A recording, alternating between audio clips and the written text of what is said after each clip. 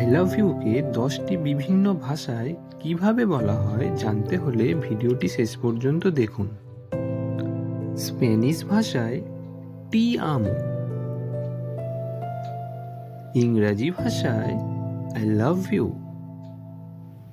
German ভাষায় each লিবি দিচ, French ভাষায় J I me, Portuguese ভাষায় ইউটি আমো,